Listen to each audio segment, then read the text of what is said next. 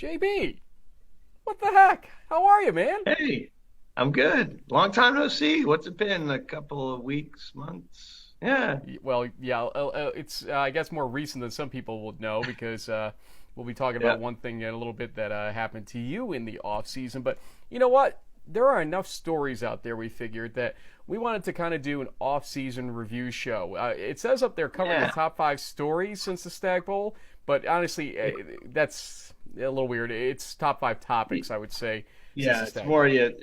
yeah, topics is right. And it's sort of the perfect time of year. It's kind of halftime for the off season. We saw you guys about 5 months ago at the beginning of December when we were covering the national semifinals, the Final Four.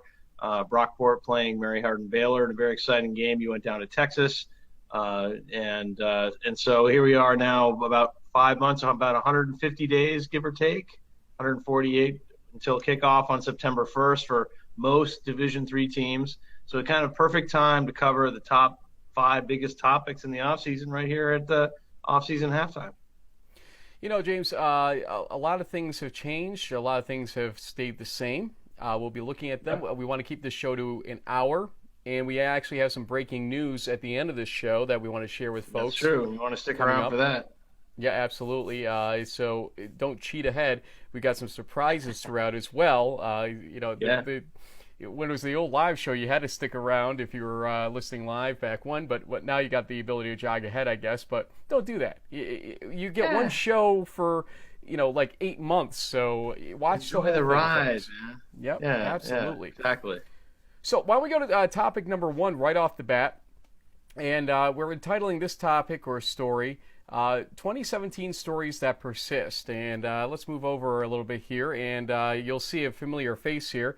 That is Yep. D'Angelo Fulford, who is the reigning quarterback, national champion, or Mount Union is now national champion. He was starting quarterback for the team at the end of the season. And as we transitioned from the end of the season, his story was going to get a little bit awkward, I guess, because we knew that about a week after the Stag Bowl, it was time for him to face some music down in Florida to give himself up for arrest, essentially, for an event that occurred, some kind of hazing event, we learned later on down there. Yeah. And he was forced to turn himself in. And what was thought to be a slam dunk case, and one that would not, I guess, be exposed because he was juvenile at the time, has turned into a fully exposed case that has not ended yet down in Florida. In Okay. fact, the state's prosecutor has recently just updated some witness information. That was the most recent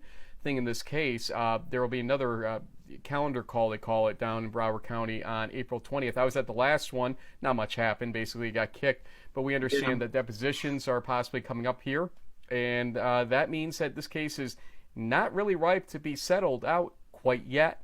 And that's going to be a little concerning, I guess, to the Mount Union faithful as to what could be Yeah. happening here with their starting quarterback. Yeah, and I guess for us non-lawyer types that tune into the program, the I think the concept of something that persisting or persist means it's not over with yet. And I think a lot of people up in Ohio would probably wish that this was over with.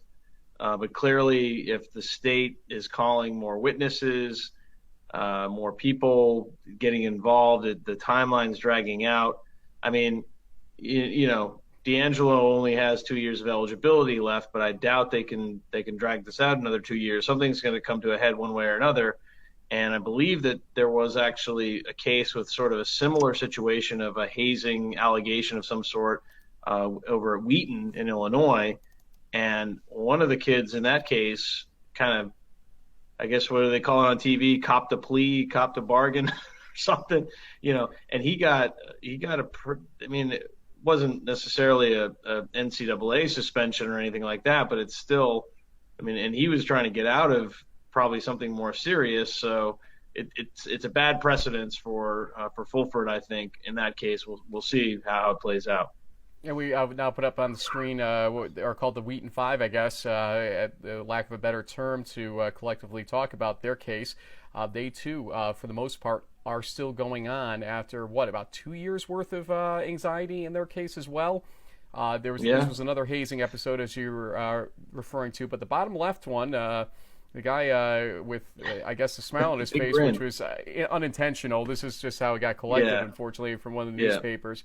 It was Noah Spielman, whose father is obviously Chris Spielman, former NFLer, and he's also a broadcaster still. And he copped a plea, and it was for a misdemeanor related to hazing. He's going to have 100 hours of community service, and there's some specifics that we're not going to get into related to it. But he gave a private statement to the court that probably sort of explained maybe what the other four's roles were in this situation. And so you got to think some dominoes might start falling in this case. And that might be bad news for Wheaton, who's taken it on the chin for maybe going too easy on the student athletes or former student athletes, however they're termed right now with Wheaton. It's disappointing in one sense, I guess, that it looks like there is definite guilt of something going on here. But Spielman's role is supposedly, based on what happened here, a minimal role, but still gets 100 hours community service and a misdemeanor charge connected with him. Yeah. I mean, obviously, it may or may not have really affected his collegiate career per se, and maybe this means in the Fulford case, if it does drag out for another 2 years, it'll be sort of a non-issue from a football perspective. Obviously, it'll affect the young man's personal life in other ways, but yeah, it's interesting to see these obviously these legal cases take a long time to a certain extent, but now that there's been some traction in this Wheaton one, perhaps the state of Florida may push, maybe not. We'll see. Let's talk about a non-legal issue, but more of a safety issue, and that is Occidental. We talked at length last season, Oxy, about their situation with not having enough players to field the team safely. At least that's the school's take on it. So here's the update, and it's not definitive yet, but there was a task force. I'm going to read over my notes here, so don't mind me turning my head here. But there's a task force that was put together with some school dignitaries and board members that projects 20 to 25 returning players, 14 early decision commits, but they want to reach 55 on the roster for 2018. They're seeking a greater fundraising approach to help the program for the long term, and the overall consensus was to maintain the football program based on a 124-year tradition in the liberal arts experience it lends to.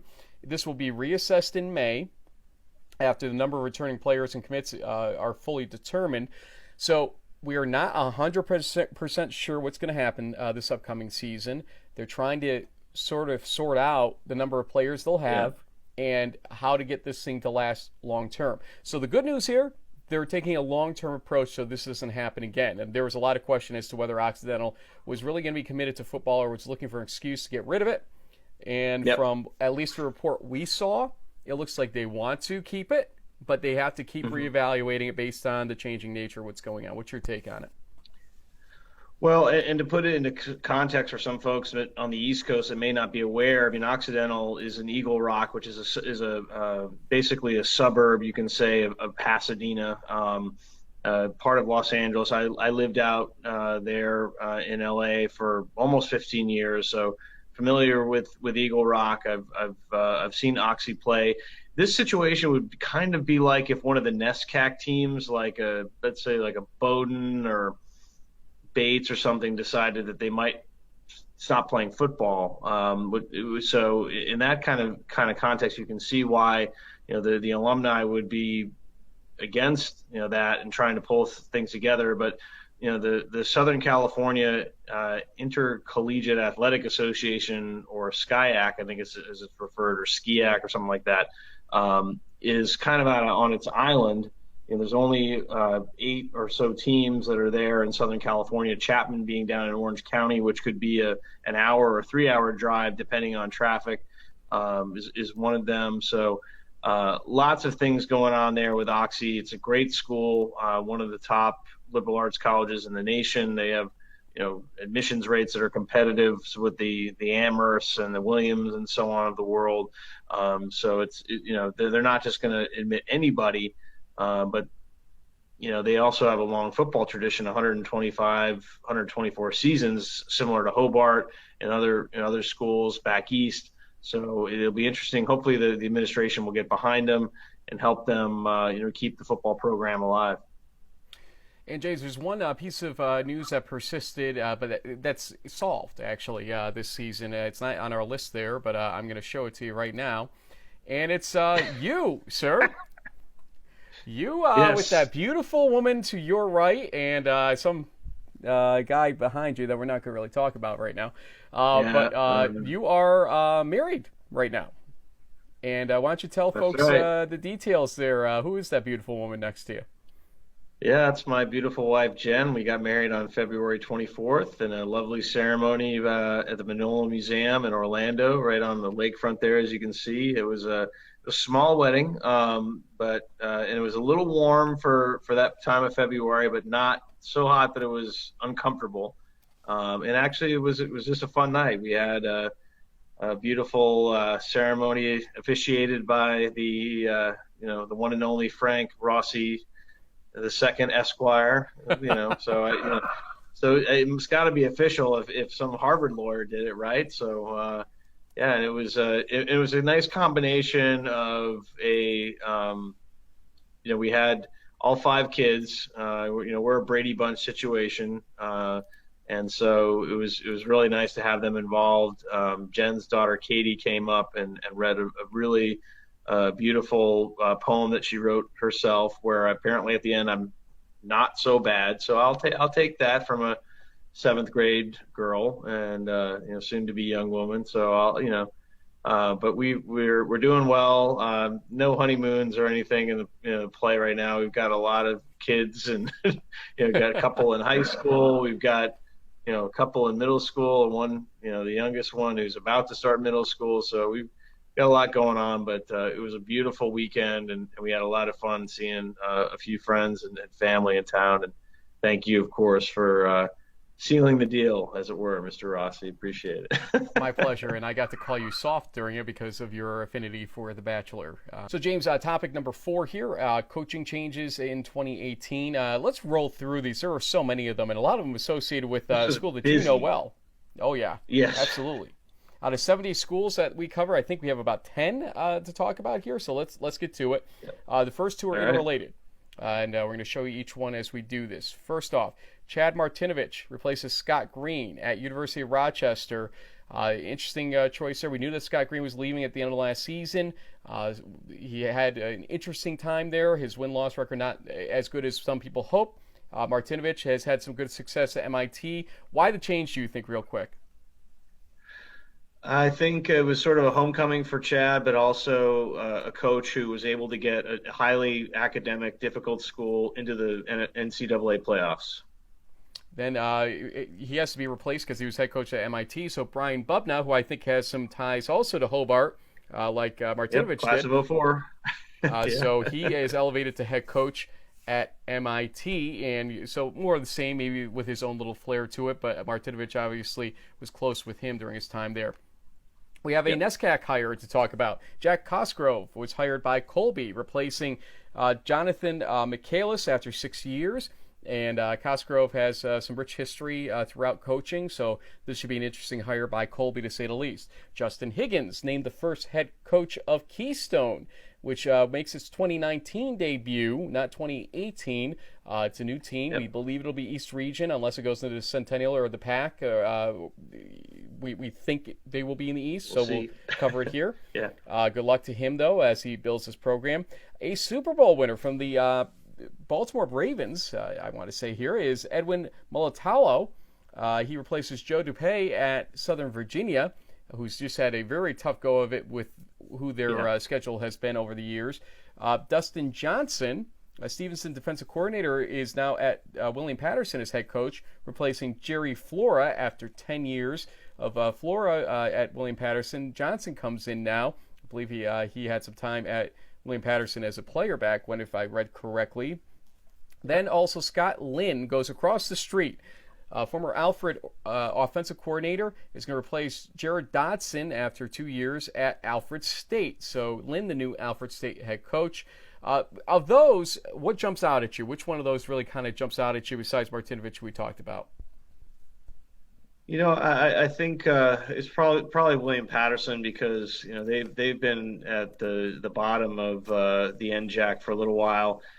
Stevenson had won the MAC championship in 2016, so that to me seems like a chance to help get Willie P back into the win column. I know they've had a couple of 1-2-3 win seasons, I should say.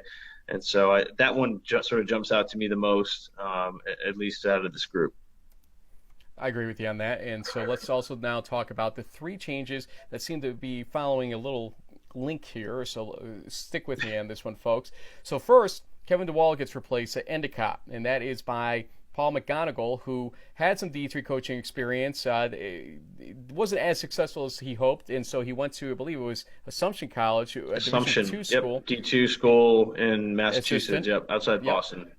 And now gets back to D3 head coaching at Endicott. That should be interesting to see. I think he's come a long way since his first stint from everything we've heard and seen, so we'll see how he does on this situation, but don't feel too bad for DeWall quite yet. We'll get to that in a second. Then John Drock, hired by Wilkes, and he replaces Trey Brown after 4 years. Brown was coach at Wilkes. It's a tough situation for Drock in that I guess it was, 0-10 Wilkes, who had chances at some upsets last season, but just couldn't pull through. Drock, former now offensive coordinator of Hobart, goes over to there and looks to kind of give him a shot in the arm in the offense. What do you think?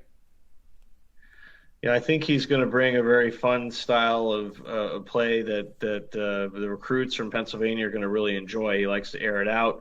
They called it the Air Show in his 3 years as offensive coordinator at Hobart. They broke some school records with Shane Sweeney at quarterback. He's actually going to be interning the coaching staff there, along with a few other ex-Hobart players. So Coach Drock will be, I think, a fun guy to follow going forward. He's a smart, creative offensive coordinator, and it should be a good run there in Wilkes-Barre. Now, the next photo that we're going to show has some handsome devil in the middle and the handsomer devil next to you, and then the coach himself on the other side of you. Yeah. And that is Kevin DeWall, who we said not to feel bad for because, lo and behold, he lands at Hobart, which is a Hobart grad's dream job. When's the last time that happened?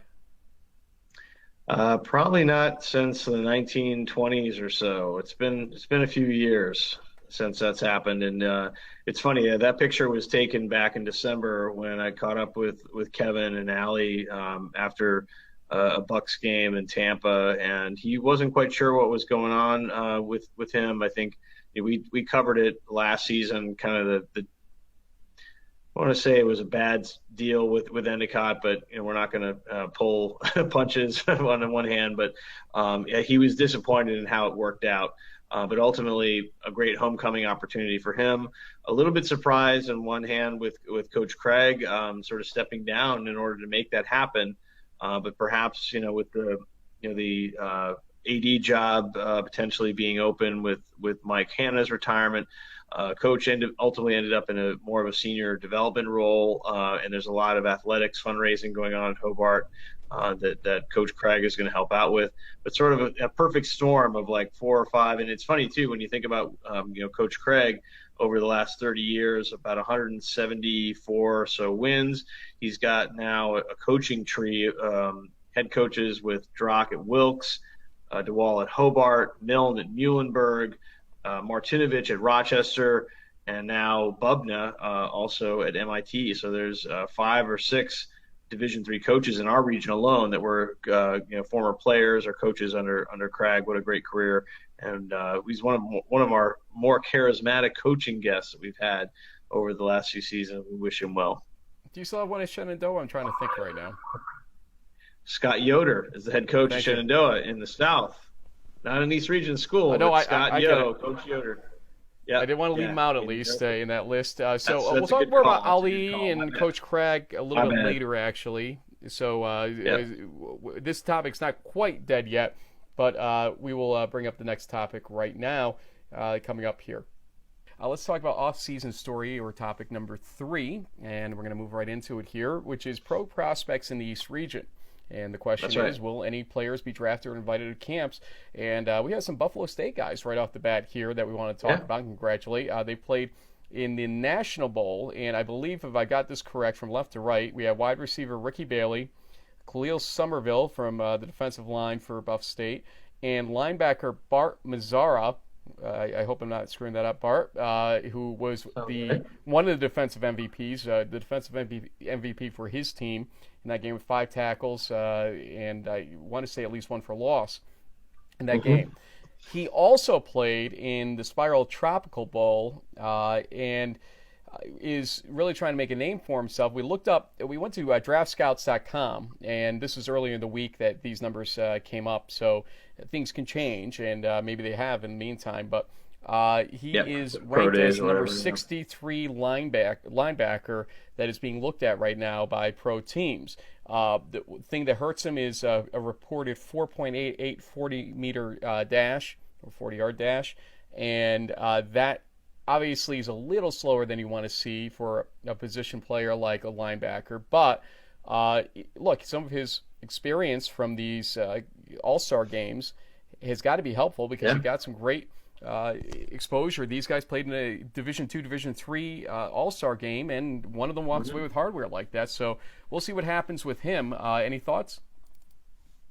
Well, it's interesting. I mean, some of these games, do help with the recruiting process. Ultimately, it's going to come down to whether or not there's a team out there that feels that maybe he can, fill a role as a practice squad player initially, or maybe there's other avenues. In a couple of years, it'll be interesting because of the XFL, and I think there's another pro league that's slowly developing, so that could be another avenue for division. Yeah. A couple of other avenues that Division III athletes can pursue. Bart is probably just on the cusp where it could go one way or another. He's just going to maybe have to catch some breaks and just work really hard and just kind of live the grind. I mean, he might get cut a couple times. He might have to bounce around some camps, but he's certainly made a name for himself this offseason. We wish him well. Also, Catholic punter Andrew DiNardo played in the Senior Bowl, I believe, and was at the University of Delaware Pro Day. Now, we're not going to go through every Pro Day that's out there. We're just jumping to names that we think have a chance to at least get to a camp in some way, shape, or form. Like, for instance, Jordan Wilcox, I know had a Pro Day that he attended, but from what we're seeing, chances are low. We wish him luck, and if it changes, we'll let you know on our Twitter handle, to say the least. But DiNardo has a chance with some of the best punting yardage in Division III and all the NCAA, to be honest with you, last season. So there's a chance for him. I don't find a ranking for him the same way as specialists like kickers don't really get overall ranked. There's just not enough of them to really get that ability to do it. But we wish him luck as well. We're going to look at next up Brandon Shedd, who seemed to be struggling a little bit. At one point was number 69 on Draft Scout's wide receiver list, and he originally had, I think it was a 4.61 40 that was posted, but FAU held a pro day with him attending it. That's Florida Atlantic University in Boca Raton, Florida, and things changed, didn't they? Yeah, no, he really had a great pro day where he ran a 4.4 40-yard dash. I think he did a long jump of 10 feet 8 inches and a vertical of 35 and a half. Benched I think 16 reps. So he showed that he had some Division I caliber numbers. He performed well in the Collegiate Bowl. He had 2 catches for about 17 or 18 yards. Both were for first downs. But really, the game isn't as important as really the practices and the reps and all the the time that you get to spend with the scouts and there. So I know Brandon's been projected as a late round prospect. Realistically, given the number of wide receivers that are out there, he'll probably end up as an undrafted free agent. You never know. Apparently, the Atlanta Falcons were particularly interested in him at the FAU event. So, Dan Quinn, a former Salisbury grad, Frank. Thank you. He knows Division III, and so that could be another avenue if they have the picks in the 6th, 7th round, and hopefully Brandon gets a chance. one of the biggest things to note is, and I think we saw this with Ali Marpet, it takes 2 to 3 teams with interest to really get you drafted at the end of the day. Because if there's not a second team that's out there really pursuing, then why are you going to waste one of your draft picks on a team or on a player that you can just get invited to camp later on? So until a second or third team shows up really for him, I don't see him being drafted like you're suggesting. It's probably an outside chance. But we'll see. I mean, the Cardinals and the Dolphins were also apparently on site. So it sounds to me like it could be like an NFC South or an AFC South sort of situation that where he'll end up, or East, I guess, if it's the Dolphins. But so I'm hoping it works out for Brandon. I know he's worked really hard. He's in great shape, and it's just a matter of kind of catching a break there. We'll see.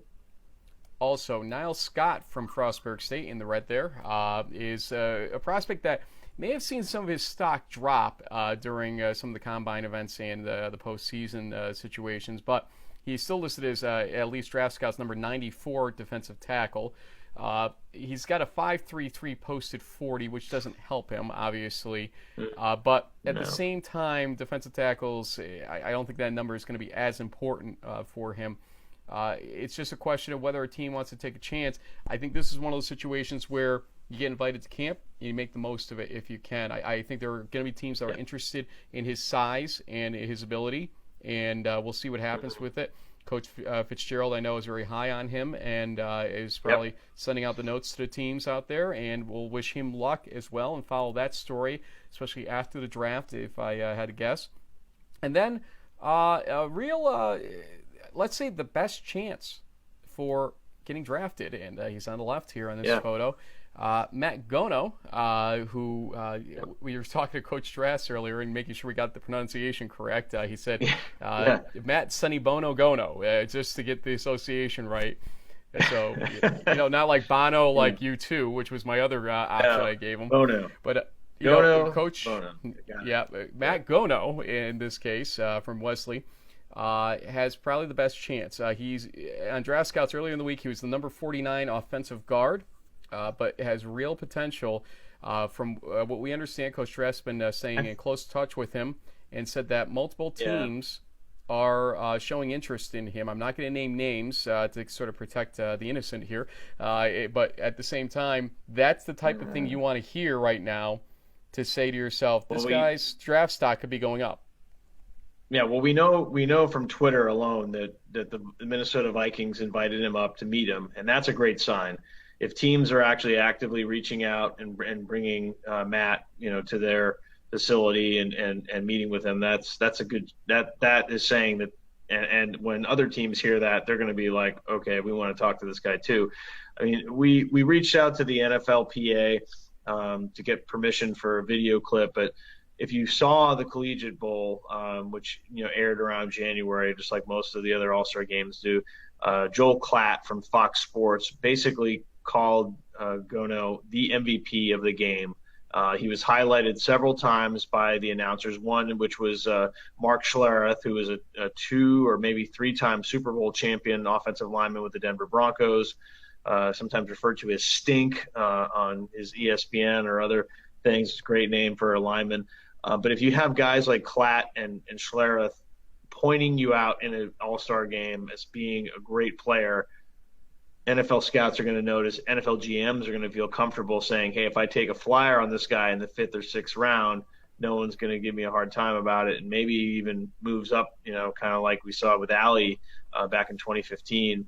It was originally talked about as a 4th round or 5th round pick, and he kind of slowly creeped up because of his measurables, the kind of athleticism. I think Matt has a lot of those things too, and so we'll see. We're rooting for him, and we know Coach Strass can't say enough good things about this guy. And there's another quarterback I think I've heard of who probably would say a lot of good things about this guy too if we asked him.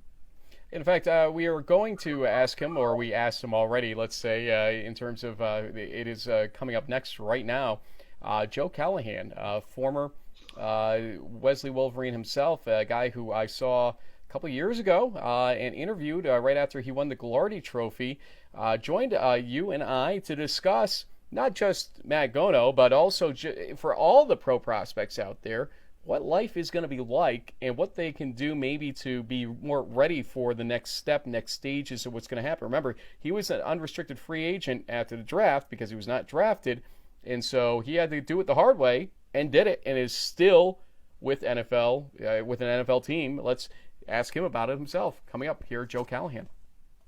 Joe Callahan, really appreciate you joining us here on In the Huddle. It's been a couple years since I actually got to see you last, and you're going to hate me for this, but here was the last time I was sitting down with you in Salem, Virginia, after you won the Glardy Trophy.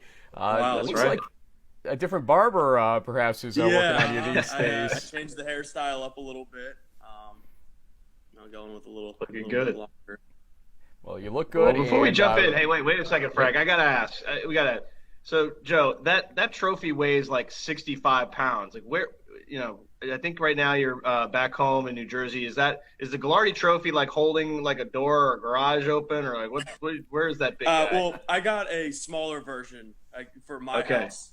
They don't send you the full 65-pound one, and I think they actually cut down the weight a little bit in the past couple years on the actual trophy. But I'm trying right now to do it's that just up too. in my room. Well, cool. Listen, Joe, we brought you in with this, first off, to see how you're doing, and also to talk about your pathway, because there are a lot of East region guys, Matt Gona will talk about, who we're hoping will get drafted, but a lot of guys who will not get drafted, that will be undrafted free agents, which you were a couple of years ago, and found your way to Green Bay, and then back to Green Bay, and then kind of in and out of Green Bay in the active roster this past year. But you just signed a tender, we saw, I think last month. So kind of take us first through your pathway. As an undrafted free agent, how did this all work ultimately for you? How did you get there? Well, I knew that it was going to be a very small opportunity for me. I didn't have much interest from NFL teams coming out of college, but I just continued to train. Maybe I'd have an opportunity at a Canadian league or just a mini camp opportunity with an NFL team. So I trained all off season. I went to University of Delaware's pro day. They let me participate in it. And then I didn't hear much from teams after that. And one night at around 11 o'clock, I got a call from a Packers scout. And he said, hey, there's a pro day nearby tomorrow, about an hour away from you. It's at 8 a.m. If you don't mind coming, we'd love to see you. And I said, absolutely. I'll be there tomorrow. Just the one thing is I tried to get into that pro day already, and I know that they don't let outsiders in. And he said, that's fine. Maybe we can talk to the people and they'll let you participate. And they didn't once I got there. So I had to sit through the entire pro day for 3.5 hours. And the coach allowed me to use the field for 15 minutes after the pro day was over. And I basically threw 2 passes to my college tight end, Kyle George, as a warm-up. And I started going through quarterback drills. Wow. I guess that 15 minutes was enough for them to take a shot on me. That's amazing when you think about it, that it really just does take a couple passes in 15 minutes, and you might be ultimately signed down the line, or at least brought into the camp. Joe, is there other stuff kind of going on in the background, though? Like, but this time, did you have an agent who was trying to put feelers out there, or did once you got some interest from the Packers, did you have to go out and get an agent in order to? I mean, what is that process like? So I tried talking to a couple different agents. I sent them my film, sent them my stats, basically my football resume, and just about everyone turned me down until 2 weeks before the draft. I finally found one thanks to one of my college teammates. His uncle helped me get in touch with my current agent, Bill Denny, and that's great. Luckily Bill was willing to take a shot on me. And realistically, he said, there's not much I can do right now. We have 2 weeks until the draft. I'm just going to try and send out as much information about you to every team in the league and just hope that it gets in front of somebody who actually, has some power within an organization. And really the Packers are the only team that talked to me and kind of kept their interest pretty secret in me. Well, then eventually you end up with the Saints, with the Browns, back to the Packers, kind of what I was alluding to a couple of seasons ago. I think that's what that transpired. Last year you were more consistent with the Packers on the active roster, on the practice squad, depending on Aaron Rodgers' injuries and whatnot. How have you sustained being in the NFL at this point? I mean, getting there is one thing, but the average lifespan of a player, I think, is 2 years, I read one time. And you're going into your third year at this point. So how have you sustained? I show up every day ready to work. I know my job's on the line every single day. They're constantly looking for people to replace you. And if you're not going out and performing, they'll just take the next guy. And, it's a little stressful at times. You can never really get too comfortable, especially as the third string quarterback, if you're on the active roster, even the practice squad, because that's a position that a lot of teams do without. And, there's a lot of good quarterbacks out there. So I make sure that I'm prepared every day, whether it's just in the meeting rooms or at practice. I'm taking every rep seriously as if it's a game. Joe, has there been anything that, Aaron is, that either taught you or that you've just sort of seen by his, preparation? I mean, it's pretty amazing to get to work alongside a future Hall of Famer. Yeah, I've been pretty lucky with the quarterbacks that I've gotten to work with in the NFL so far, with especially Drew Brees and Aaron Rodgers. But I get to spend every day with Aaron. He's obviously going to be a Hall of Fame quarterback, first ballot.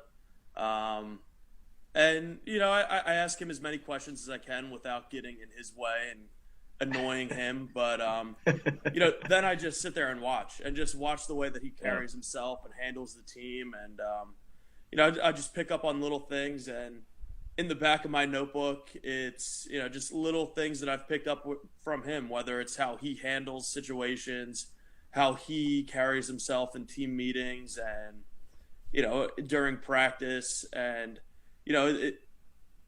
he's very unique about how he goes about his work. And, I'm just always trying to learn as much as I can from him on the field, off the field, watching everything that I can and just taking notes and trying to remember it, and then watching film later that day and just really studying one of the best quarterbacks to ever play. Who can do the discount double check like no other for sure. Yeah, I know. Yes. I mean, after seeing that so many times, it's hard not to do it yourself because you don't want to look like the young guy stealing his moves. Oh no, yeah.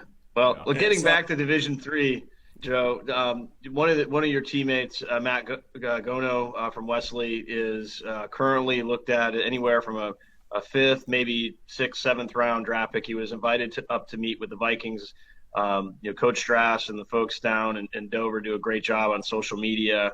We appreciate the partnership we've had with them, and he of course sends his best to you. And I did see on that same Twitter feed a couple weeks ago, it looks like you were actually taking some snaps from Matt, because obviously if you're in a pro lineman, kind of like Ali Marpet from Hobart, you may be asked to play center, you play guard.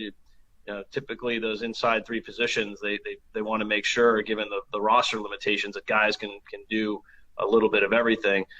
Tell us what you can about Matt, how he looked, what's his thought process, attitude kind of going into what might be a life-changing weekend for him in the next couple weeks. Yeah, it should be real exciting for him coming up. I think he has a real good shot at getting drafted just based on his play at Wesley. And then some of the things that stand out about him are, one, his size. He's just physically a big kid. He's strong. And then just naturally athletic. In football, his play shows for itself or speaks for itself. And then, when you have some free time in college, we would always play pickup basketball. And he was one of the better, more athletic guys on the court. And to see someone 6'4", 6'5", over 300 pounds running up and making post moves and dunking the basketball, it's pretty impressive to see that guys play like that. And I think we'll have no problem at the next level. Is there a teammate of yours that you have on the Packers, or guys that you may have seen at the Saints, or just opponents that Matt may kind of remind you of, or have certain similarities to? I think Matt fits that perfect interior lineman look that NFL teams are, I guess going for. He's got good size, and it's more of an athletic body. Like as big as he is, it's not like he's fat and out of shape. He's big and strong, can move well. And, that would be me. Well. Yeah, he has the look, and from the play I've seen, playing with him and then watching him on film, he definitely has the look and ability of any NFL lineman. I'm trying to get the idea out of my head of him trying to box you out while playing basketball against you. You're never getting a rebound, man. I didn't mix it up with him too much in the paint. He was one of the guys that I'd avoid. Wow. Well, listen, like we said at the beginning, there are a lot of guys that we're kind of watching on and after draft day. But, Joe, give your best advice to them here. You told your story. If, let's say draft day is going to be more depressing than, otherwise, because obviously most of them won't get picked. But, what advice do you give to them here as to what to do afterward? If this is a dream of theirs, to never give up. You're definitely going to be working against the odds. I knew that going into it, and I think a lot of especially D3 players know that. So maybe draft day won't be as disappointing. It will be right after the draft's over to see what teams come calling. And if they don't call right away, just keep working and keep fighting. Just any opportunity that presents itself, you have to take and make the most of it. It's just one of those things. You just can't let the things you're hearing outside affect you, and you just have to keep working every day and trying to better yourself. Great advice, definitely. And since this is a special show for us, we haven't done a show in 4 or 5 months. We missed the shout-outs. So while you may not be a student athlete any longer, you're still an athlete nonetheless. And so we give you the floor for any shout-outs you want to do. We told you Coach Strass has been hitting both of us up, saying what a great guy you are and how humble you still are to this day. And it comes across very much in this interview, I think. But give us shout-outs to anyone out there that might be watching on the recording. I'm pretty sure that all my friends and coaches down at Wesley are going to be watching, especially with Matt Gono getting close to the draft. I was just down there working with Matt, Jamar Baynard, who's got a shot again this year. And, I just want to give a shout-out to my coaches, Coach Strass, Coach Knapp, and Coach Az. They're the people who brought me to Wesley and prepared me for this situation. So, I just want to give them a big thanks to everything that they've done for me. Did you ever think truly when you entered, college and started suiting up that you had this chance to go in the NFL legitimately in a Division III scenario? I always like to think there's going to be an opportunity after college, whether it be some type of NFL opportunity or something in the Canadian League. When I was getting recruited out of high school, I never heard of Wesley before. And once I saw some of their film and their record and their team's reputation and history, I chose that school mostly for the opportunities I might have with football. It was the NFL was always something that was in the back of my mind, something that kind of motivated me every day. And, I always made sure that I didn't let that, control my future, but it was definitely something that I was quietly working towards. Well, you, Ali Marpet, even Andrew Franks, who's no longer in the league, but still trying to get back in, are inspirations, obviously, to folks out there. I mean, Ali being a second-round pick, you having longevity now to a certain degree. I mean, these are stories that you almost sense, James, that more guys out there in Division III think it is possible than, let's say, when we started the show about 10 years ago, may have thought that. I think so too, and I also think the day and age of social media has helped, get these guys a little more attention than maybe in prior years. It was great to see Matt and Brandon Shedd in the Collegiate Bowl. I remember the end, Joel Klatt and Mark Schlereth were just going crazy about Matt and how well he was blocking. So, that you can't buy that kind of exposure. And I think to Joe's point from earlier, what is it? The luck is where preparation meets opportunity. I mean, he kept working at it, and as long as you keep working at it, sometimes things just, maybe there is a little luck involved. But if he wasn't grinding every day, that when that call came, hey, he was ready. So that's what you got to do. Joe, appreciate you joining us, and keep it going, man. We'll be following you, until well after the day you leave the NFL, because you got some great things ahead for you in and outside of football, just like you did when I saw you last time at the Glardy Trophy show. Well, thank you for having me. I really appreciate it. Thanks again, Joe Callahan, for joining us, and Coach Strass for helping arrange that as well.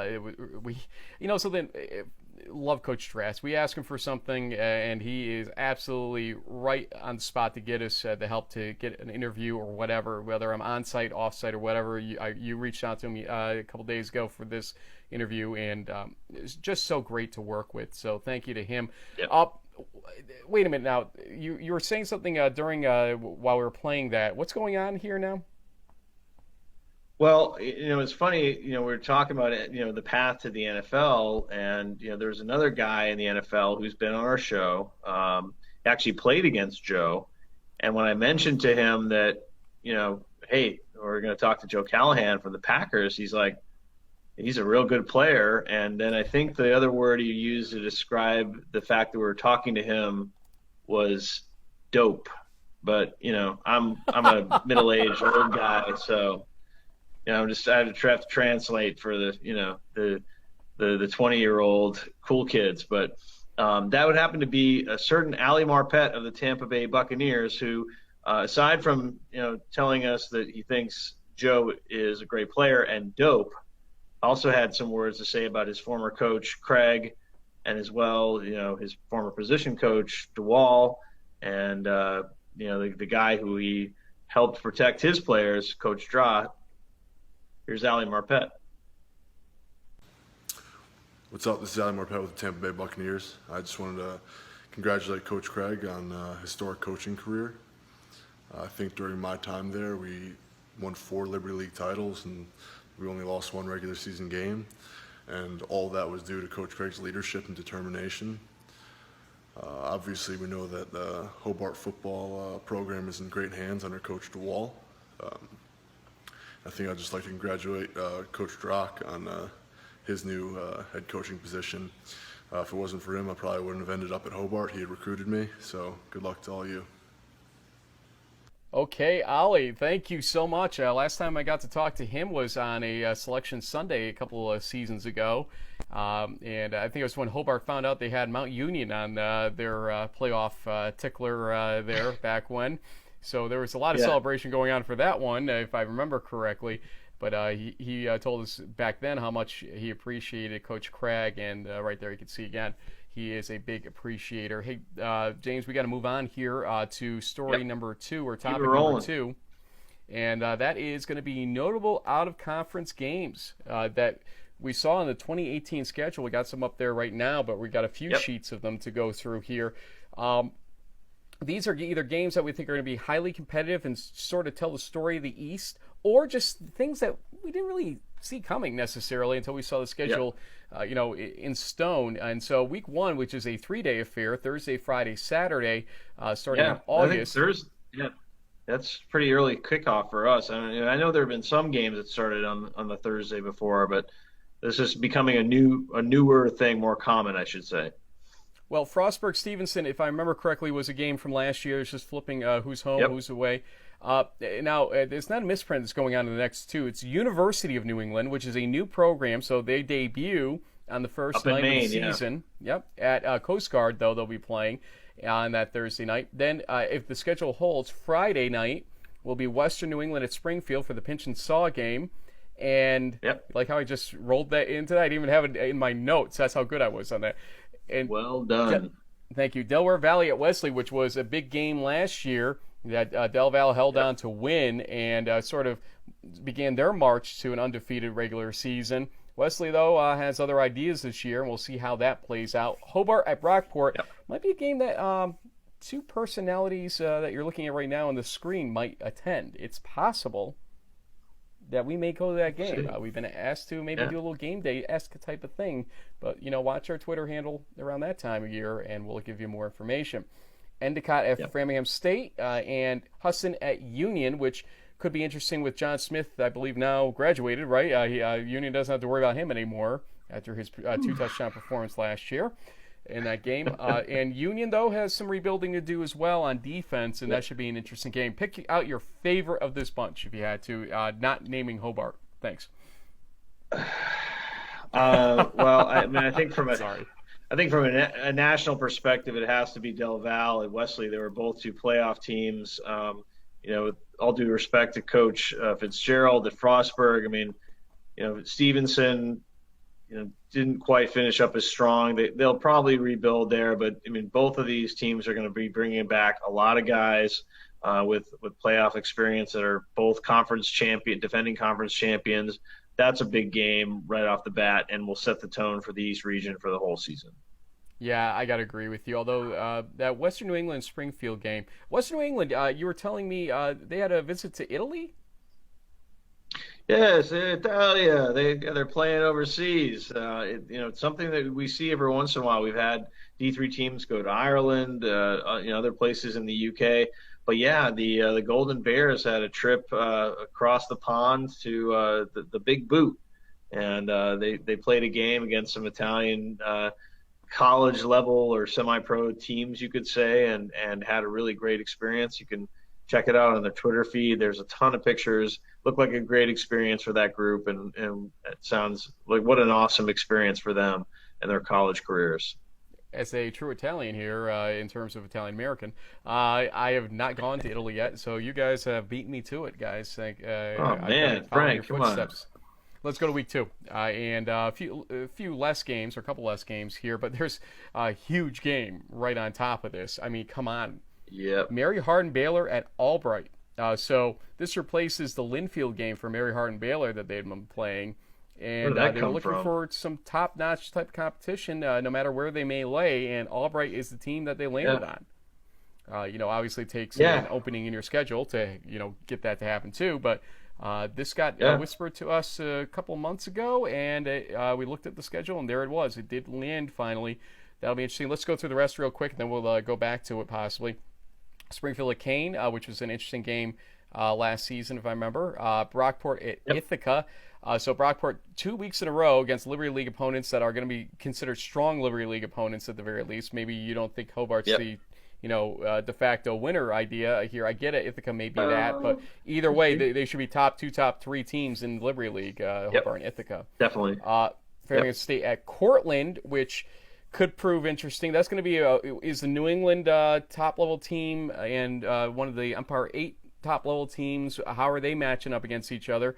And then this is just one of those, how did this ever get scheduled games? Delaware Valley at UMass Dartmouth. And our friend Gordon Mann told me today that this was one of those, we couldn't really find any other openings once we knew we had the opening because of the max new scheduling system that does not require them to play everybody. So they had an opening happen late and basically got caught here. It's not to say that UMass Dartmouth's a horrible team or anything like that, but this is just counter to what you'll see Del Valle do a lot of times in terms of their out-of-conference scheduling. They try to stay mid-Atlantic. They didn't here. They went to the New England schools, and this is the one they got. So, again, I kind of maybe beat Mary Hardin Baylor Albright, a little bit here in terms of talking about it already. What else jumps out at you on that? Framingham State and Cortland is always an interesting litmus test to sort of see how the New England teams are going to stack up against some of the traditional upstate New York powers. I think Framingham has proved themselves now after the few seasons. I could see that game going either way. If the Rams win it, it wouldn't surprise me at all. Brockport at Ithaca is interesting because Ithaca really finished strong. They had that ECAC bowl win, come back against Salisbury.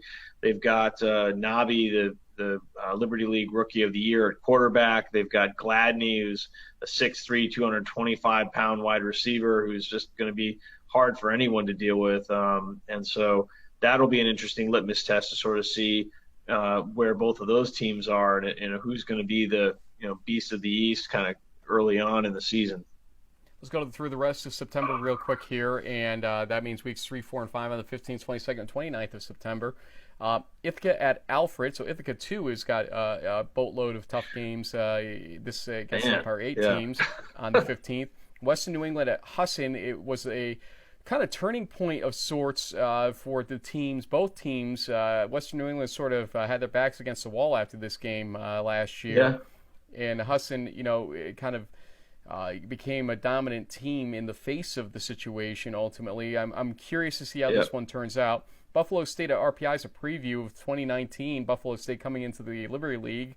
Western Connecticut State, or WestCon, is at Salve Regina on the 22nd as well. And Thomas More at St. Lawrence, because Thomas More, no longer a member of the pack, has to play all out-of-conference games. And so pickings get slim once you get past the third or fourth week of the season. Not again to slight St. Lawrence, but this is just an atypical matchup that you wouldn't expect to see in week 4 or 5 of the season, and here it is. Yeah, this would totally break the 500-mile rule of the NCAA playoffs for Division III because Thomas More is on the Kentucky side of Cincinnati, basically, and so they're going to have a long road up to the very uppermost part of New York State, basically on the Canadian border. So that's going to be one of their longest road trips that they'll probably ever see.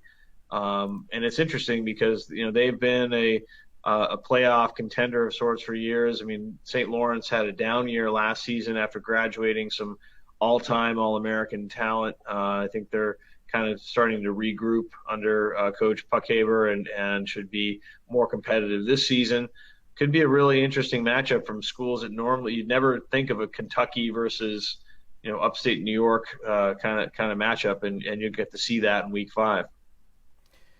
So, James, that is story number 2. There are other games out there, obviously. These are just the ones that jumped out at us. Go to D3Football.com to look at all the schedules that are out there by conference and by team. Not all of them are complete yet, and we think that a couple teams, for instance, like Hobart and Union, are still probably looking for one more game. They only have 9 that we know of right now, so we'll see how that plays out. The Liberty League obviously having some challenges because of the fact that they are still a 6-team conference for just this one last season, and Gallaudet no longer playing Union. So, James, let's go to the last topic. This is our breaking news segment of sorts. And so let's go here to, you can see it on top of the screen.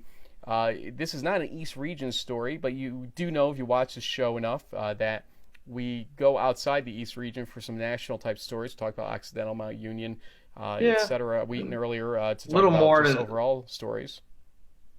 Yeah, and a little more to this story because actually, the Poormans are neighbors of mine here in Orlando. I met Jim, Luke's dad, ironically on a lunch break near my office here in Orlando. I walk into a Panera Bread to get a sandwich, and I turn around and I see this guy over in the corner wearing a giant Mount Union T-shirt, Mount Union stickers all over his laptop, and I go over to him. I'm like, "Hey, I'm James Baker. I went to Hobart. No, you guys played us in the playoffs in 2016, so on and so forth. And we just sort of hit it off. We became friendly and, stayed in touch. And, I know that, Luke has had a little bit of an up and down career at Mount Union. He came in recruited by Larry Karras, who's just recently gone into the College Football Hall of Fame, sorry.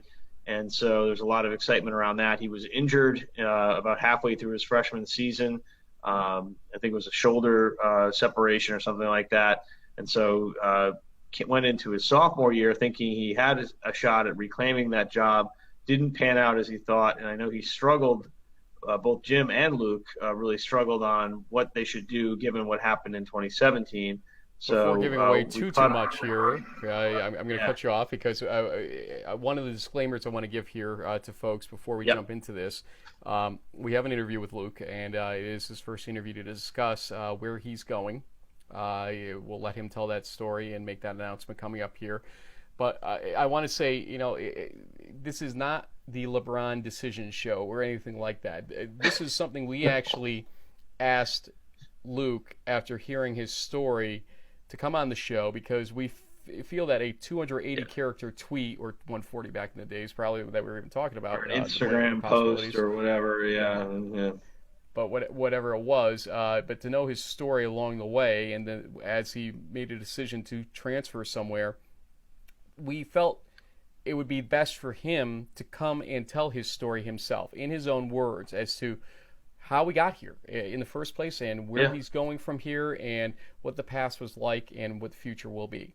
So we want people to know that, you know, he was a little bit apprehensive about doing this, but at the same time he understood where we were going with that idea, and he did agree to do it. We appreciate that. We appreciate his father's guidance as well. He is a great young man. Just talking with him, I don't want to give away too much more here, so why don't we just jump into this conversation we had. Luke Poorman giving his decision as to where he's transferring to, among other things, here on In the Huddle. Luke, thanks for joining us. Obviously, you've been going through some big decision-making over the last few months, and we'll get to that in a little bit, but we wanted to kind of introduce you to folks that might not know your story 100% at this point. You're from Florida, the Orlando area, and eventually you land at Mount Union, and I guess some folks are wondering, how did you get there in the first place? What led you to choose Mount Union ultimately? Well, I kind of already known about Mount, just being a football fan and having family ties in Ohio. And then once I kind of got into the recruiting process, I visited the campus, got to see a game, really enjoyed the atmosphere and the school also. And I was hosted by a few guys that are on the team. They've all graduated this year. Braden Friss, Cole Parrish, Terrence Stanton, and Mike Irizarry. And they were great hosts and kind of made me feel like I was at home. And so that was huge in terms of just feeling like a part of the team. And then during my senior year of football, Coach LK flew down to watch me play. And that was kind of okay, they're serious about recruiting me. And I had already felt like, okay, this is the place where I was going to go. And that was kind of the tipping point, like, all right, this is where I want to go. I love they call him LK, Larry Karras. That's right. That case. Yeah. VK and LK are the two Ks at Mount Union. And Larry, we've heard this fable about Larry flying down to see you, and not a big fan of flying, so he must have liked at least what he heard about you and saw it for himself. Yeah, I don't know. I was just thankful that he did. I mean, it was one of the big things and getting me there, and I really thank him for it. I can't say thank you enough, honestly. Well, Luke, I know your first season, your freshman year, you came into camp with a number of first year quarterbacks, and so there was a lot of competition. Eventually, you were the starter for, I believe, the first 5 or so games of the regular season until you were injured. Kind of talk us through what it was like to kind of go from the high of winning that starting job to the low of I think it was a shoulder injury, and kind of how you got back on your feet after that. I mean, playing in that first game against North Carolina Wesleyan as a freshman, that was literally my dream. Like I've always wanted to play college football since I was a kid. Never thought about the NFL or any of that. So playing in that game and starting as a freshman was just huge. And that was, like you said, the highs of playing and stuff, that was amazing. And then obviously once I got hurt, I mean, that's tough. You go from starting to now, I'm second string, third string, played JV, back up to second string. So it was definitely tough to deal with. But I mean, eventually, I leaned on God and my teammates and my support system, and it's been great from there, honestly. Luke, you didn't start again until Frostburg State in the playoffs last season. Obviously, I like to say it this way. It didn't seem like your teammates were really stunned at your performance because they knew you had it in you.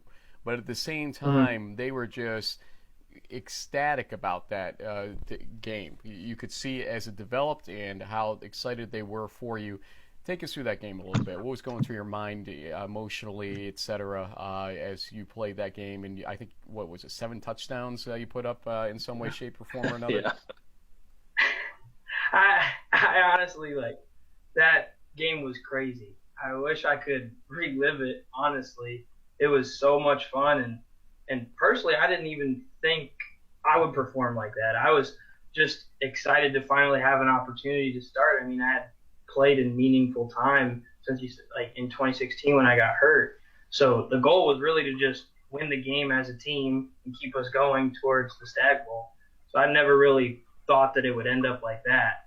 But just every touchdown, every moment as a team, when the defense was on the field even, and just all the different ebbs and flows of that game, it was just awesome. Like, I was so happy for the guys, happy for my receivers' success, and the O-line was protecting me. It was just like awesome celebrating with them.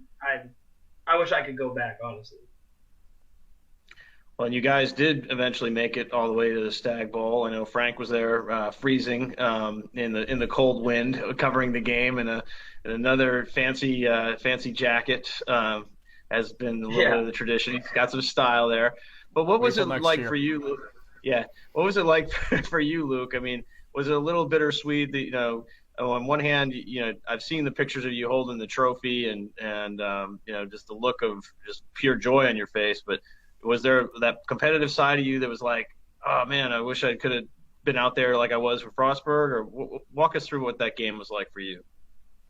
Yeah, it was definitely, there's 2 sides to it for sure. I mean, I was beyond excited for my teammates, my friends, and how hard they had worked all year to win the Stag Bowl. And I mean, they did it. I was super pumped for them, but he said it was also bittersweet because I had to sit on the sideline watching the game, and I kind of had to worry more about staying warm on the sideline than the game itself, I knew I could have been out there and contributed, and as a competitor, it stunk to watch. I would have loved to be out there. And, I mean, once the clock hit zeros, we won, and I was overcome with emotion of winning and finally getting to that point. But then it was also this could be my last time suiting up in a Mount uniform. So it was just both sides kind of pulling at that point. You bring up kind of where I want to go with my next question, to be honest with you. There was a point where you kind of said to yourself, I think, I want to transfer possibly. What really led to that idea in your head to actually go and pursue it? To think it is one thing, to actually pursue it is a whole nother situation. And, even when I was a sophomore in college, I was thinking about transferring from Union and ended up staying and had a great experience in the end. I for a number of reasons, but in this case, it seemed like you made a decision at a certain point. What caused that decision to sort of, finally happen in your head to go and do it? Well, being a Christian, I just turned to God. It was a lot of events, a lot of things that were going into this decision. I just prayed to Him constantly, and I trusted His plan and what He had for me, and that would have been my story since I got hurt. It was, okay, this is God's plan for me. What am I going to do about it? Am I going to glorify Him or sulk about it, So He was telling me that He had plans for me elsewhere, and that was tough. Like, as much as I wanted to say deny it, and because, I mean, Mount, obviously you don't pick a school to go there for 2 years and then leave. You pick that as your kind of forever home. So when He told me that, and I had the dream of playing football, like I said, college football since I was 4 years old, and not having the opportunity at Mount, it kind of just, that all came together and was like, you know what, this is going to be the right decision for me. I have great backing and support from my family, my close friends, and that's been huge. Yeah, I think you're starting to kind of allude to it, so to kind of keep the conversation going. I mean, there's still a lot of people that you're very close to in Alliance. Lots of your teammates. I think you have a girlfriend who plays on the Raiders women's lacrosse team, and I imagine you confided in them about this decision. And what was their reaction to when you brought it up, and now that you basically made a decision, how are they reacting? How are they supporting you? Like you said, the support has been amazing. They have been supportive through the entire process, from when I told them to when I made a decision, where I was looking, stuff along those lines. They've always just said, this is what is best for you, and they've said you deserve to play. As much as we would like you to stay here, and it's what's best for you.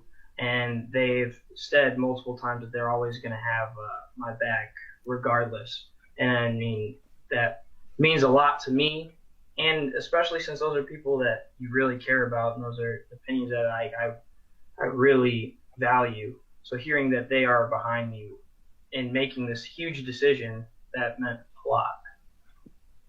Yeah, we've heard stories, speaking with your father especially, just how I think has shocked a lot of people. Everybody thinks that this type of decision would be met with a lot of upset by teammates, but that your teammates have really joined around you in this whole thing to say, as you said, do what's best for you at the end of the day. That's all we want for you. So as we begin to turn a page, I guess the question I would have for you is, when you set out to find the next school, what were you looking for essentially?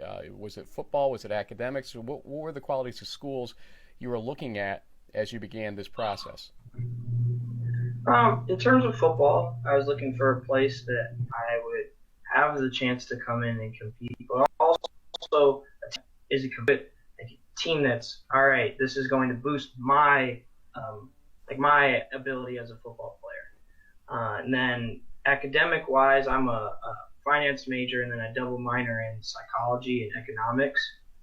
So I was looking for a place that would have my plan, and it would continue that. I really like my major and what I'm studying right now, so that was huge as well. And then I also looked at the culture just of the school and what it is like being there, and you kind of get that feel when you visit there. You talk to people, and I just looking for a place that promoted trust, honesty, character, family, those core attributes. Well, let's not hold people in suspense any further here. We asked you here, obviously, to do a couple things. One, tell your decision, and two, tell your story. You've told a lot of your story. Well, there's more to tell here, obviously, but it's time to identify, Luke Poorman, where do you intend on attending college in 2018, in August specifically, and suiting up football-wise next season? I'm going to be attending the University of Mary Hardin-Baylor next year, and I'm beyond excited to be a part of what they have there. And this is a big opportunity and a big decision for me, but I'm excited. Well, congratulations to Mary Hardin-Baylor. Obviously, they are getting a tremendous young man on their roster. And, boy, James, going from the national champion of 2017 to the national champion of 2016, who faced that champion in 2017, this is probably as high profile of a transfer scenario that I can remember. What about you? Yeah, no, I've been following Division III football since I first tried out to be a player back in 1992, and this is definitely new territory. Now there always have been guys that have transferred from like an FCS school into D3 or D2 to D3, but this is the first time that I can ever recall this kind of thing happening. So it's definitely a special occasion, and congratulations to you, Luke. I think you made a great choice for both, your personal, your educational, and football, choices there. I'm going to defer to Frank now, though, because he's actually been to Belton, and I know you went to Belton, I think probably in 2016 in the playoffs. You got to see the stadium up close. I mean, tell us a little bit about the other aspects of the school that really drew you in. And in terms of the I was just like, wow. The stadium is unmatched, and being there in the semifinal in 2016, just the atmosphere that they had, it was infectious. It was awesome. I mean, all of everybody that played on that 2016 team, they would all say, man, we would love to play there again because it was really just that awesome. The scoreboard and the fans, how loud it was a blast. But then also kind of seeing, the Union is right up next to the stadium, so kind of getting to see those facilities. Just the outside, it just looked like a fantastic place. And then knowing, oh, this is what the stadium is like. I mean, being in the away locker room was amazing, and getting to see the home locker room as well. It's just the facilities are amazing. I sound crazy kind of saying amazing, but really I was at all when I was there. Well, that's a great stadium. Kelly Boggs, a friend of mine from my time down there, walked me through the entire facilities down there. It is second to none. We were talking about academics, though, as well, and a lot of this decision has to be based on the academics at the end of the day. Football is a rough sport. Who knows what can happen? Obviously, 0.01% will ever go pro that play Division III football. So, you got to think about what's next. Has it been a good academic situation from what you can tell, or will it be a good academic situation for you there? Yeah, I sat down and I was able to talk to one of the head business professors at Mary Hardin, and kind of laid out what credits I would bring in from Mount and what the plan would kind of look like when I would go there. And it looks like everything's going to be squared away and looks good. I mean, I may have to take like a class or something over the summer, or pick up an extra class in the semester, just because sometimes credits don't transfer like at 100%. But I mean, for the most part, everything looks great, and I'm really just excited to be a part of Mary Hardin, honestly. Yeah. Well, other than the business school opportunities that present you, you're going to have a pretty good opportunity to be a starting quarterback for the Crusaders. But yeah, maybe just being the starter isn't quite your goal. There could be winning another national championship. Is that really what the goal is now? Well, I mean, of course, the goal is going to be to win a national championship. Any team, that's going to be what their goal is. And the culture that they have there, and the team that they've had for the past few years, and what they'll continue to have, a run for the title is definitely in reach. No questions asked. So, look, this is the look back, look forward scenario one more time. I want to talk to you about at this point. Looking back, you're still in Mount Union, and we'll finish your academic year there, obviously. But there are a lot of fans that might not be as agreeable as your teammates were, and here's your first chance to really address them about what is a major decision, no doubt about it. What is your message to the Mount Union faithful out there about your time there? Any hard feelings, any regrets that you have? What is your view right now, and what do you want to say to them? My message would be that I love my teammates, coaches, professors, fans, everybody that I've had the opportunity to come in contact with while at Mount.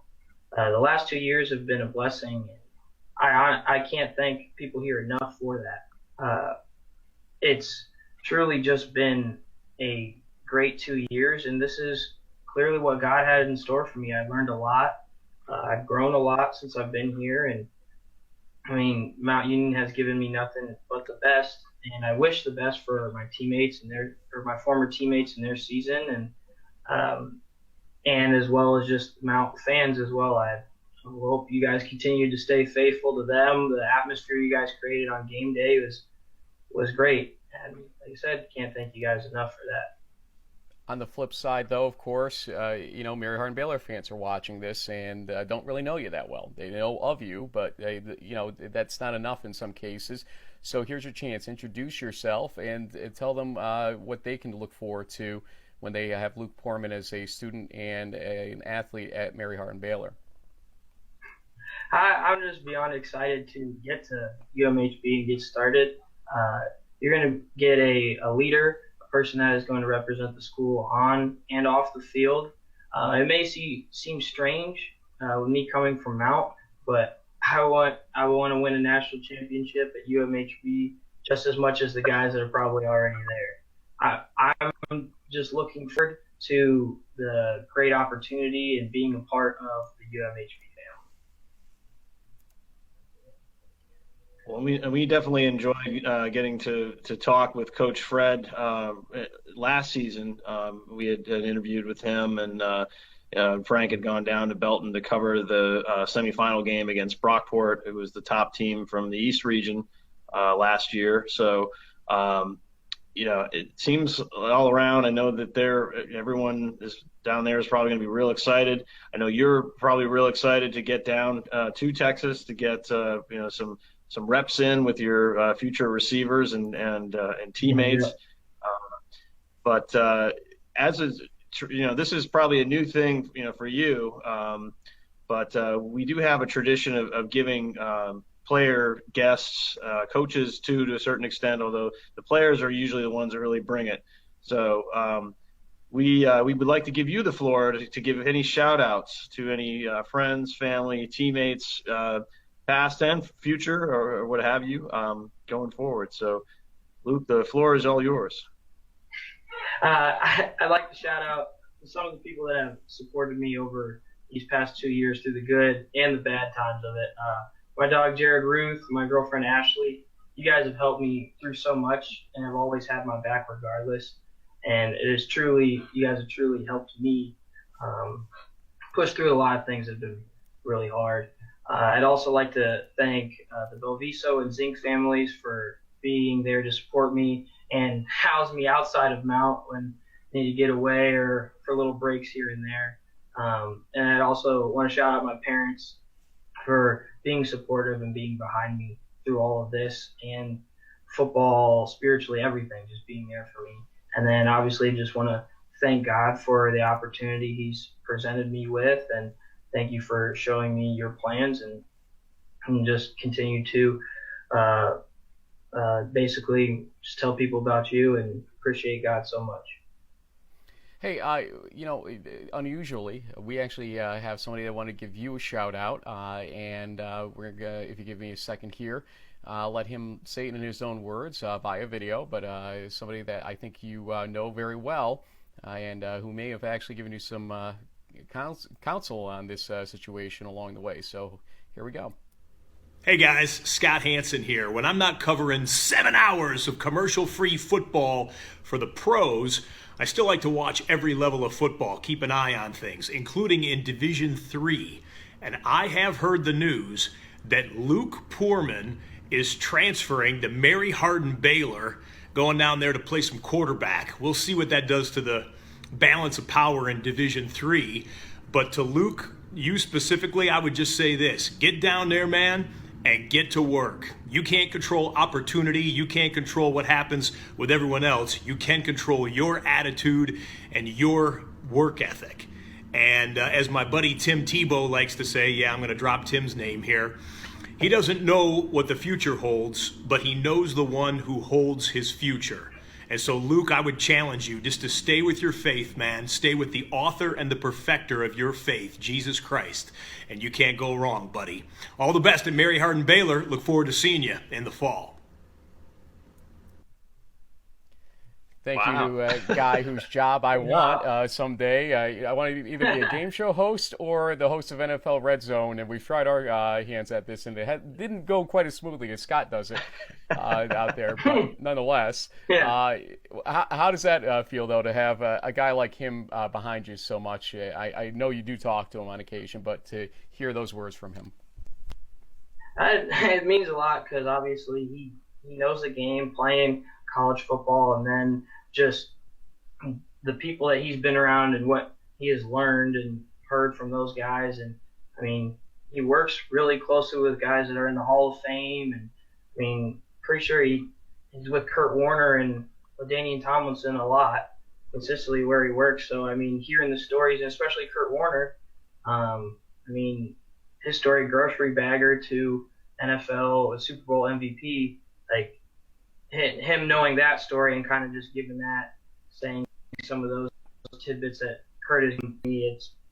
That's been really cool, and hearing that has definitely helped through this whole process.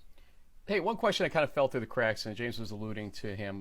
Coach Fredenberg is going into the Texas Sports Hall of Fame on Saturday, obviously he's reached out after you showed the interest, all above board. There was a process to follow, and I know it was followed in this whole thing. What's your relationship with him like? I love the guy, and just talking with him here and then seeing him down in Texas and everything. He's just so warm and, accommodating for stuff that we've asked for over time. But, when he's going to be your coach, it can be a different thing. What is your relationship like with Coach Fredenberg right now? I mean, my interactions and relationship with Coach Fredenberg, it's been great. I had many man-to-man conversations, and he's been honest and true to his word throughout all of it. I mean, this decision was huge, and honesty is a huge part of it, because if what a person says in a man's word, I have to base my decision off of that. And so him being true and just being honest and helping me throughout all of this has really showed the character that he has, and definitely gets me excited because I get to play for somebody that truly has good character and somebody that I can get behind for sure. Amen to that. And, thank you again for joining us and telling your story. I think it really is important for everybody to hear it from you. 280 characters in a tweet, I just don't think does your story justice, and especially when you've got a bunch of fans that are wondering back in Mount Union, hey, what's going on here? And those down in Texas saying, well, who is he really? And I think this has given them at least a good snapshot of who you are and what they're getting down there, which is a very mature and amiable and just a great young man that is driven to succeed in all facets of his life. The next 2 years, sky's the limit. We'll see what happens. But in the meantime, finish up in Mount Union and finish strong, as they say. And then good luck on the road down to Texas. We'll be following you. Indeed, you may not be East Region, but we'll still be following you because your father will. Well, be sure hey, if we don't. He's going to be up in Pennsylvania in September, man. So it's like week 2. He's coming up. Good point. All bright. Awesome. Yeah, I'm excited, and looking forward to keeping in touch and knowing you guys are following as well. And thank you for having me on the show. I really appreciate you guys giving me a platform to kind of tell my story and give a voice to what's actually happening. I really appreciate that. Well, not much we can add to that at the end of the day, James. He's, again, just a great young man to talk to, very faith-based, as you can see, that Scott Hanson clip and everything else that we had in there. That was pretty cool. Scott, absolutely. Scott, I'm coming for that job. I'm telling you, in about 20 years probably at my pace. There you go. Yeah, I mean, we tried our hand at this for like 3 hours, let alone 7 hours. It was interesting to try it, but anyway, Luke, we can't root for teams, especially when they're out of our region or anything like that. But we want to root for the person. You always want to see them happy with the decision they make ultimately, whether it be in football success, academic success, or whatever. He'll determine what that all means ultimately, but we want to wish him luck in this decision. This is a rare opportunity, a rare decision to see at the Division III level. You go to D3Football.com. I think there may be a list showing you how short these types of transfers are in a story that Pat Coleman, I believe, put together alongside us running this.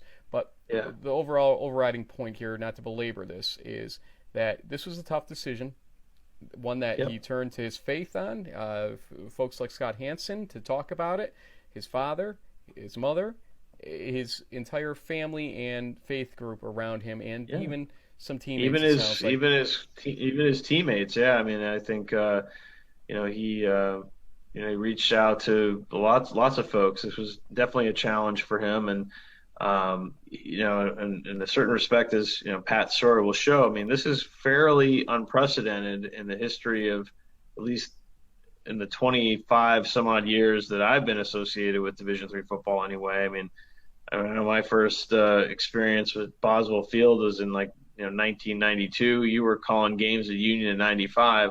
it's been very rare that you've seen a quarterback from a national championship caliber team switch over to effectively a top contender. And so, but this isn't just a football decision. I think there was more to it than that.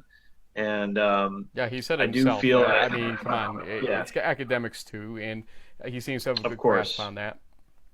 Yep. But ultimately, at the end of the day, as much of a struggle of 2017 may have been for him, the blessing was probably the opportunity just to get that one game against Frostburg, and just played so well, really got on the national radar, so that when the topic of a transfer came up, coaches and teams realized that and he looked at not only just Division III schools. I know that there were some schools here locally in Florida at the FCS level that were interested in Luke. But at the end of the day, the best fit for him as a person, as a football player, as a student athlete, was at Mary Hardin Baylor, and we're looking forward to seeing how that all plays out. We will follow, as you said, or suggest here, and we'll see where this all goes. And we do appreciate, again, him sharing his story with us here on In the Huddle, and to help us out as well, to feed it over to D3Football.com. James, we're going to end up in the hour 15 to hour 20 range in the end, but that's the way our show usually turns out. Who knew? Back to the original screen here, covering the top 5 stories since Stag Bowl 45. Anything you feel like we didn't cover? Any quick notes you want to give here before we sign off until probably, except for social media-wise, August at this point? No, I think we kind of hit all the main topics. I mean, there was a lot more coaching activity than I think we've seen in several seasons, so that'll be interesting to see how those programs either adapt or evolve. I think in certain cases, Division III doesn't change that much, so that the usual suspects like the Mount Unions, the Mary Hardin Baylors, will still be at the top. But the top 25 is this ever evolving thing, and just because one team won a conference last year doesn't mean that they're in the driver's seat for next year. So it'll be interesting to see how the games play out, and can't wait to cover them in the fall. It's gonna be fun. Best of luck to Matt Gono, who I'm projecting 5th or 6th round draft pick. I really do think he will be drafted, and we'll see how it works out, knowing that a couple teams, or at least a couple teams, maybe a few teams, are interested in him. Best of luck to everybody. Stay safe, stay healthy. We didn't talk much about the Brockports of the world. We know that Brockport-Hobart game's coming up, and you and I may be attending it if we can get our opportunity to get up there or over there in my case. So we'll have a lot more to talk about in terms of those teams coming up later on as we approach kickoff, which is August 30th for many teams, September 1st for those two teams in particular. Not that far away. James, always a pleasure. Congratulations on the wedding and the marriage, and send your best to send my best to your bride, so that I stay out of the doghouse as well here. Okay. I've got a permanent bed in that place, man, but I'm trying to, On that note, folks, thanks for joining us. It's all good. Thanks for joining us, and James, always a pleasure, sir.